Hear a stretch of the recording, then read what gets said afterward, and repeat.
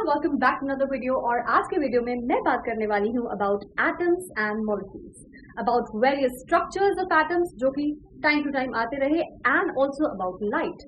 So on that note, let's begin. So a quick revision to what we already know. So Dalton's atomic theory ये बोलती है कि atoms वो particles हैं जो फर्दर डिवाइड नहीं हो सकते, which means they are the smallest particle which can ever exist if you keep on dividing matter. But क्या ये चीज सच थी? We'll find that out.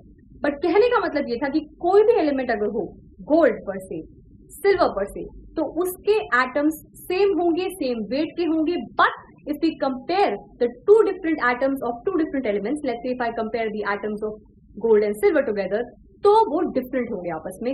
This is what the atomic theory और Dalton's atomic theory had to say. But the question is, are atoms really indivisible? Well, the answer you and I both know is no. The atoms actually are further divisible and they divide into electrons, protons and neutrons. अब ये तीन electrons, protons and neutrons होते हैं सब atomic particles, क्योंकि ये particles है even smaller than atom, okay? But ये जो चीजें हैं about the existence of electrons, protons and neutrons, ये आपको और मुझे आज पता है, right? बट साइंटिस्ट को बहुत टाइम पहले, जब कुछ आइडिया ही नहीं था इस सबका, तो how did they come to know about the existence of all these? Let's try to understand that.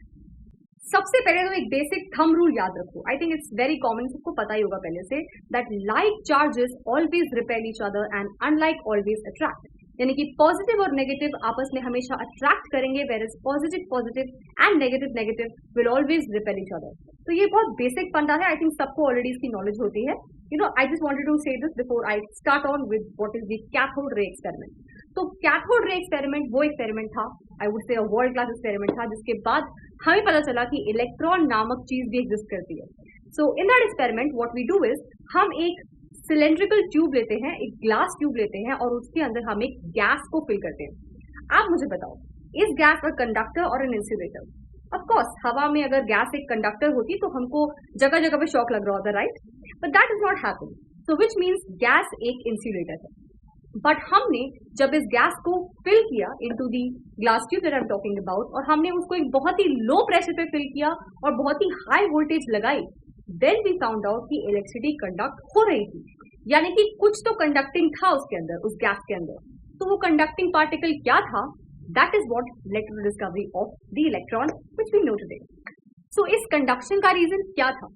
It was found out कि कुछ पार्टिकल्स और beam of particles were being emitted from the cathode, जो कि negatively charge electrode होती है, and it was moving towards the cathode. Now we both know कि electron का charge क्या होता है? नेगेटिव होता है, राइट? सो ऑफ कोर्स ये नेगेटिव कहाँ जाएगा? पॉजिटिव की तरफ जाएगा, एंड पॉजिटिवली चार्ज इलेक्ट्रोड होती है एनोड। तो ऐसा दिख रहा था कि कोई पार्टिकल्स हैं जो कैथोड से एनोड की तरफ जा रहे हैं, and because they were, it was looking as if वो कैथोड से निकल रहे हैं, these were called as cathode rays, and that is why we call this a cathode ray experiment. Also ऐसा फाइंड आउट किया गया कि कुछ ऐसे पार्टिकल्स भी थे जो एनोड से निकल के कैथोड की तरफ जा रहे थे, एंड ऑफ कोर्स क्योंकि वो एनोड से कैथोड यानी कि नेगेटिव की तरफ जा रहे हैं, तो मतलब उनका चार्ज पॉजिटिव रहा होगा, राइट? बिकॉज हमें थंब रूल स्टार्टिंग में समझा ही है। So these were called the protons. Then ऐसा देखा गया कि ये जो पार्टिकल्स हैं, इलेक्ट्रॉन्स एंड प्रोटॉन्स, ये सिर्फ एक नहीं, दो नहीं, हर गैस में एग्जिस्ट करते हैं, इनफैक्ट हर एलिमेंट में एग्जिस्ट करते हैं, और इनको बोल दिया गया सब एटॉमिक पार्टिकल। इसके बाद भी बहुत सारी रिसर्चेस हुई जिसमें scientist were eager to find out the mass and the charge of the electron, and then realize हुआ कि something just doesn't add up, कुछ तो ऐसा है जो मिस आउट हो रहा है, और इसीलिए डिस्कवरी हुई द अनचार्ज पार्टिकल और सब atomic particle, the neutron. Because ये अनचार्ज था इसलिए सबसे लास्ट में डिस्कवर हुआ, बिकॉज इसको पहचानना थोड़ा मुश्किल था। But then it was realize that the atom is not only divisible, but it is divisible into three subatomic particles, which is the electron, the proton, and the neutron. If I sort of summarize this, I can say कि electrons, protons, and neutrons होते हैं subatomic particles, having the charge of -1, +1, and 0 respectively, and also their masses. If you look at the table, you will realize कि electrons का mass बहुत कम है compared to that of your protons and neutrons, और protons and neutrons का आपस में almost similar है, okay? This is something which you have to little bit memorize, but okay. So now we know that atom is having subatomic particles. अब मैं तीसरी बार बोल रही हूँ, but it is electrons, protons and neutrons. But the question is, how are these particles arranged inside an atom? अब एक atom है, उसके अंदर electrons, protons and neutrons है, but वो पड़ी कैसे हुए एटम के अंदर, okay, how are they even present inside the atom, that was the next question of the scientist. And अब आई बहुत सारी थ्योरीज. थ्योरीज क्या होती हैं? थ्योरीज होती है जिसमें कोई मैथमेटिकल प्रूफ नहीं होता, ये सिर्फ आइडियाज होते हैं जो साइंटिस्ट पुट फॉरवर्ड करते हैं.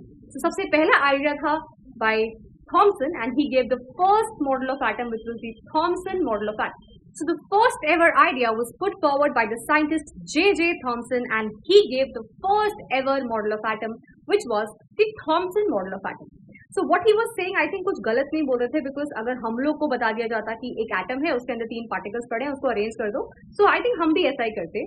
So what he did was he kind of compared the atom with that of a watermelon or a plum pudding. I think ये words हमने बहुत बार सुने हैं, but this is what he actually did. And he thought that the positive charge is actually a spherical thing, okay? It's a massive or a spherical thing, और negative charge उसमें embedded है, just like raisins in a plum pudding or seeds inside the watermelon. This is what the entire idea of this model was. But ये model ने सब कुछ गलत, of course we know that this was rejected after some time, but सब कुछ गलत नहीं था. एक पॉइंट था जो बिल्कुल सही था, which is electroneutrality. This model of atom was, not contradicting the electroneutrality, यानी कि एटम जो है वो न्यूट्रल है. Of course, एटम्स हमारे पास चार्ज तो नहीं होते ना, बिकॉज अगर हम चार्ज होते हैं एटम्स हमारे अराउंड, तो हमको कुछ भी कहीं पे भी करंट लग रहा होता है, which is not true. So again, atoms are electrically neutral, and this was something which was in line with the J.J. Thomson model of atom. But this model of atom was very well rejected, और इसके बाद आया हमारा Rutherford model of atom. Well, Rutherford had this idea, जो J.J. Thomson idea देके गए थे, which was that atom actually is a sphere, एक massive sphere है, उसके अंदर electrons embedded हैं. So Rutherford had a very normal idea कि ठीक है, अगर वो एक massive sphere है of positive charge और उसमें अगर electrons embedded हैं, तो अगर मैं उस पर कोई particle, छोड़ता हूँ, so what will happen is that particle will actually jump back. Particle उसके थ्रू नहीं चला जाएगा, बिकॉज ऑफ कोर्स एटम है, कोई भूत थोड़ी ना. So this is what was expected out of the Rutherford model of atom और Rutherford experiment. And he actually did something that he took atoms, okay, और very thin gold foil, because वो कुछ atoms ही thick थी, and he actually bombarded alpha particles onto that gold foil. उसके बाद जो हुआ, वेल वो तो हिस्ट्री है, लेट्स फाइंड आउट कि क्या हुआ. एक्सपेक्टेड तो यही था कि एक्चुअली जो भी पार्टिकल जाएगा वो वापस आ जाना चाहिए, वो गो थ्रू तो नहीं करना चाहिए at least, okay. So this what you see on your screen is the setup for the Rutherford model of atom. यहाँ पे एक अल्फा पार्टिकल एमिटर लगा हुआ है, जहां से ऑफ कोर्स अल्फा रेज निकलेंगे, अल्फा पार्टिकल्स निकलेंगे, एंड ऑफ कोर्स वो पास करेंगे 2 स्लिट से, and it will reach the gold foil, जो कि हमारा मेन एक्सपेरिमेंटल सेटअप है, जो कि कुछ 1000 एटम्स थिक होने वाला है, ओके. एंड पीछे लगा हुआ है डिटेक्टर. तो यानी कि अगर कोई भी अल्फा पार्टिकल पास थ्रू कर गया, जो भी एक्सपेक्टेड है नहीं वैसे, बट अगर पास थ्रू कर गया तो it will be present on the detector, वहां पे शो हो जाएगा. बट अगर नहीं करा, जो कि एक्सपेक्टेड ही है क्योंकि नहीं करना चाहिए, जे.जे. थॉमसन जी बोल के गए थे कि नहीं करेगा, तो it will bounce back. Now let's see what actually happened. But जब एक्चुअली एक्सपेरिमेंट हुआ, इट वाज ऑब्जर्व कि जो रिजल्ट्स थे वो कंप्लीटली ऑपोजिट थे then what was expected. Alpha particles, maximum alpha particles were actually passing through the gold foil, और बहुत ही कम were actually deflected back at small angles, और बहुत ही कम, उससे भी बहुत कम were deflected back at 180 degree. यानी कि something was missing out, and this experiment was the basis of the Rutherford model of atom. So to explain the experimental results, it can be said कि क्योंकि हमारे maximum alpha particles were passing straight through the gold foil, it means कि atom के अंदर most of the space is just empty, which is contradicting to what J.J. Thomson said, because उन्होंने बोला था कि atoms massive होते हैं, positively charged evenly distributed होता है, which is not true. Second thing is that क्योंकि हमारे बहुत कम ऐसे particles थे जो deflect हुए थे but at certain angles, वो इसीलिए हुए थे बिकॉज जो सेंटर है इट इज पॉजिटिवली चार्ज, क्योंकि अल्फा पार्टिकल्स भी पॉजिटिवली चार्ज होते हैं एंड पॉजिटिव रिपेल. तो जो डिफ्लेक्शन एट सर्टेन एंगल्स हुआ था वो ड्यू टू रिपल्शन हुआ था. And third thing is that because very less amount of alpha particles were deflected at an angle of 180 degree. This means क्योंकि ये जो सेंटर है, ये जो पॉजिटिवली चार्ज सेंटर है, ये बहुत छोटा है, बिकॉज ऐसे बहुत कम पार्टिकल्स है जो डायरेक्टली इस पे आके 180 डिग्री कम बैक हुए. Okay, So to conclude, the Rutherford model of atom basically said कि हमारा most of the mass of the entire atom is concentrated in the center of the atom, or the positively charged species, and he called that nucleus. He also said that electrons are actually revolving around the nucleus at very high speeds in their defined orbits. Also, he said ये electrons और protons जो हैं वो साथ में इसलिए हैं because they are attracting each other by electrostatic forces of attraction, and this was the entire theory of the Rutherford model of atoms. He actually also compared the structure of atom to that of our universe. जैसे हमारे different planets revolve around the sun in circular orbits, वैसे ही electrons revolve around the nucleus in circular orbits. So basically electrons आराम से revolve कर रहे हैं around the nucleus. But एक question था जो किसी बहुत ही दिमाग वाले इंसान ने पूछा होगा, that electrons are what? They are charged particles. और कभी भी कोई charged particle अगर accelerate कर रहा होगा तो it is definitely going to lose its energy. ठीक है, तो अगर हमारा जो इलेक्ट्रॉन है it is revolving around the nucleus at a certain speed, okay, it is of course accelerating क्योंकि वो circular motion में है, right?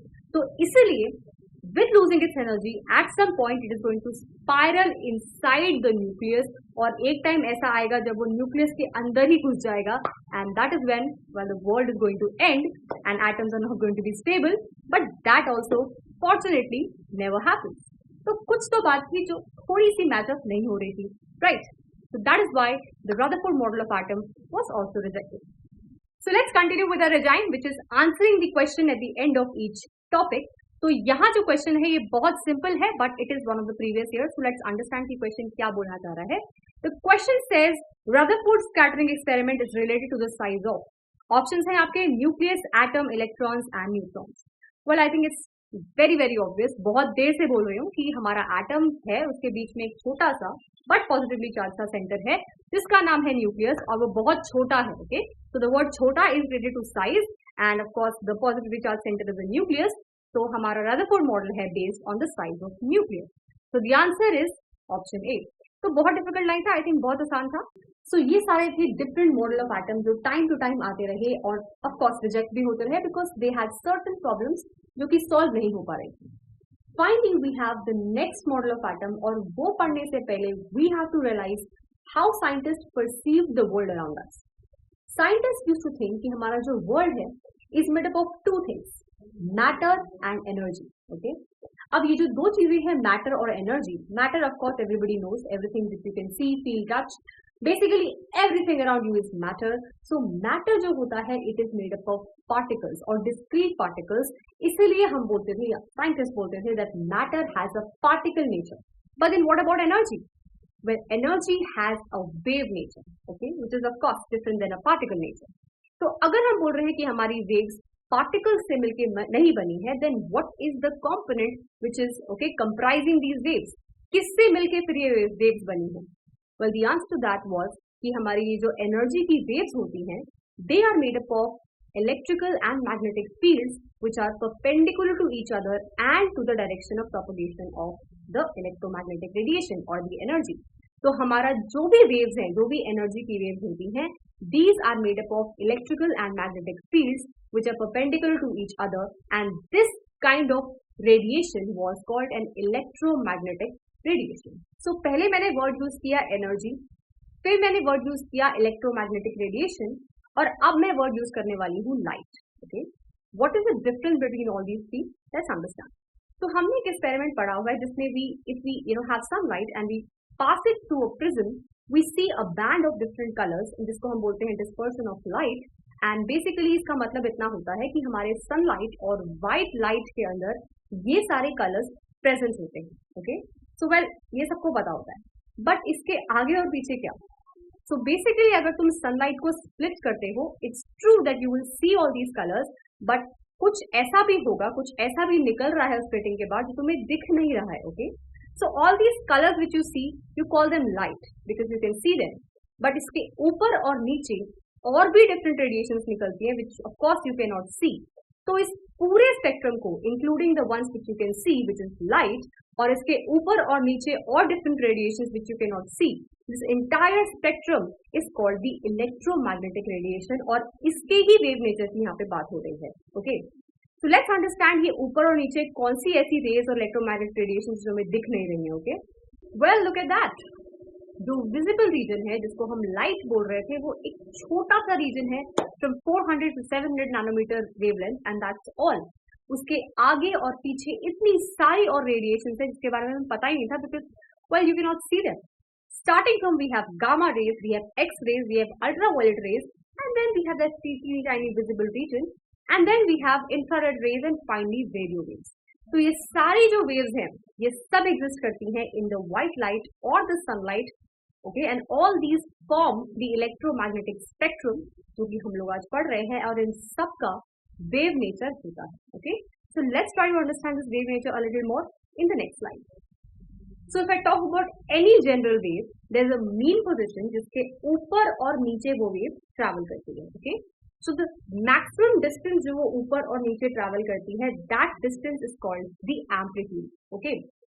And also you can see कि वो एक maximum point achieve करती है, okay? And एक minimum point भी achieve करती है. So the maximum point it achieves is called the crest, and the lowest point it achieves is called the trough. The distance between two consecutive यानी कि एक साथ crest या फिर two consecutive troughs is called the wavelength. तो ये बहुत basic definitions हैं about any kind of wave. I think तुम्हें पहले से पता होंगी, but I think it's better if we just clarify things ahead. And the second most important feature is called the frequency of a wave. The frequency is the number of oscillations or the number of wavelengths it creates in per unit time. अब ये per unit time 1 second हो सकता है, 1 minute हो सकता है, whatever we specify, right? But उतने time में उसने कितनी waves create करी, that is the frequency. तो अगर ये मेरा distance है या ये मेरा time है, इसमें ये सिर्फ एक wave create कर पा रही है, that is having a less frequency I can say. और अगर इतने टाइम में ये बहुत सारी waves create कर पा रही है, तो it is having a higher frequency we can say, right? So the waves which have higher frequency, which means उतने ही टाइम में अगर वो ज्यादा वेवलेंथ क्रिएट कर रही है, we say that the wave is having a higher energy also, मतलब बहुत energetic wave है वो, ठीक है. Whereas if that wave is having a less frequency यानी कि उतने ही टाइम में वो कम वेवलेंथ क्रिएट कर रही है, then we say it is a less energetic wave क्योंकि वो बहुत कम वेवलेंथ क्रिएट कर पा रही है. Well, this is not a very scientific explanation because I need to give you a formula here. But क्योंकि हम लोग chronological order में चल रहे हैं और formula अभी तक आया नहीं है, so I won't talk about the formula as of now. But अभी तक बस इतना समझो कि अगर किसी wave की frequency बहुत ज़्यादा है, so it is going to be a higher energetic wave. और अगर frequency कम है, so it is going to be a less energetic wave. Now let's do a comparison. Here we have two waves. One is the orange one and the other one is the blue one. Okay. As you can see, the orange one is having a higher frequency because उतने ही time में it is creating more wavelengths, right? So of course उसकी energy ज़्यादा है, right? And the second is it is having less frequency, तो उसकी energy definitely कम है. तो energy और frequency का relation तो sorted है. Second thing जो हम notice नहीं कर रहे हैं यहाँ पे वो ये है कि let's talk about their wavelengths. As you can see, orange वाली जो वेव है उसकी वेवलेंथ बहुत छोटी है, ठीक है, क्योंकि अगर फ्रीक्वेंसी ज्यादा होने वाली है तो ऑफ कोर्स वेवलेंथ तो छोटी रह जाएगी ना, बिकॉज उतने ही टाइम में कवर करनी है. सो इट्स क्लियरली विजिबल कि हमारी ऑरेंज वाली जिसकी एनर्जी और फ्रीक्वेंसी ज्यादा थी उसकी वेवलेंथ कम है, whereas the second one which is having a lower energy and lower frequency is having a higher wavelength.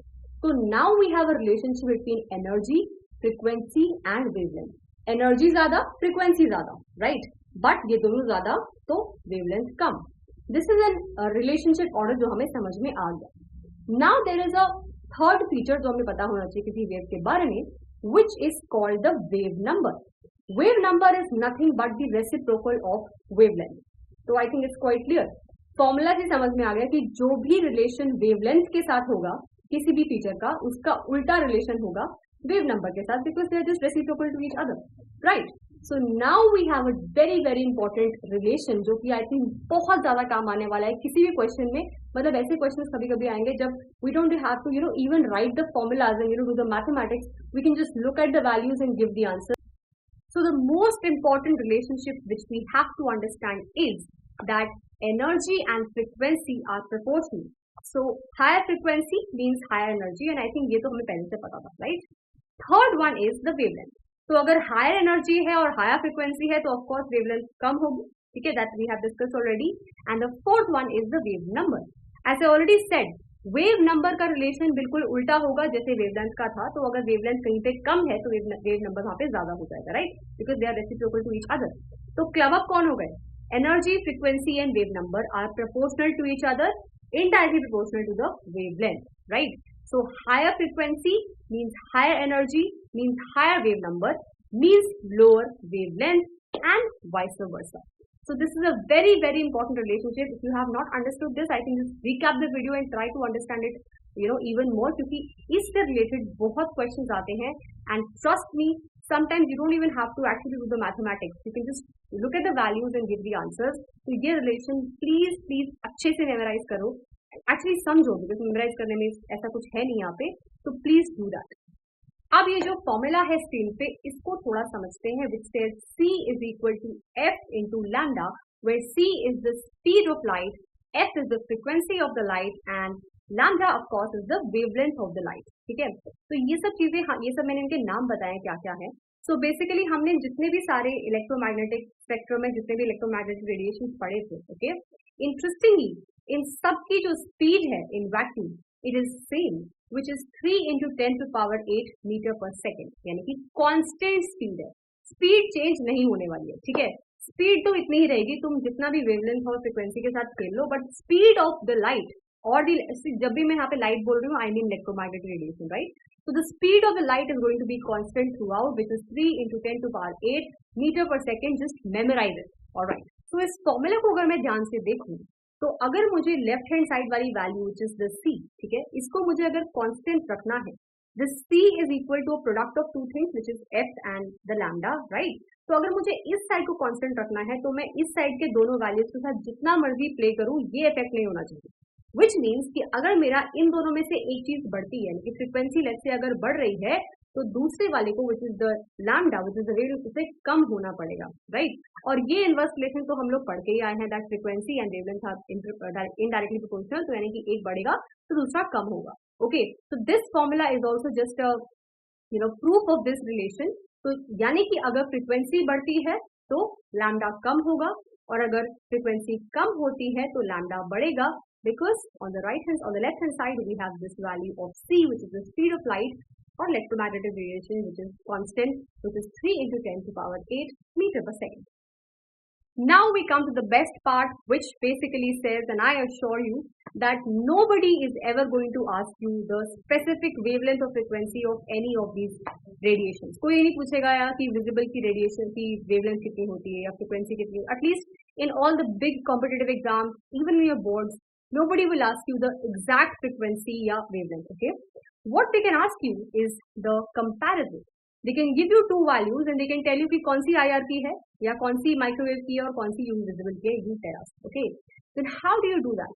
You can see, as you can see, the electromagnetic spectrum जो तुम्हारा है, it starts from the gamma rays, then you have X rays, then you have ultraviolet, then you have visible, which is the light that you all know, then you have infrared, then you have microwave, and finally you have radio wave, right? But ये ऐसे सबको याद नहीं होता है. And as you can see, radio waves की, you can see it has such a high wavelength, so it is having low frequency, low energy, and gamma rays, as you can see, इसकी बहुत ही ज़्यादा कम wavelength है, so it is having a higher frequency and higher energy. But ये याद करने के लिए we have a mnemonic, and well, congratulations to all of you. किसी को भी ये पूरा याद करने की जरूरत नहीं है.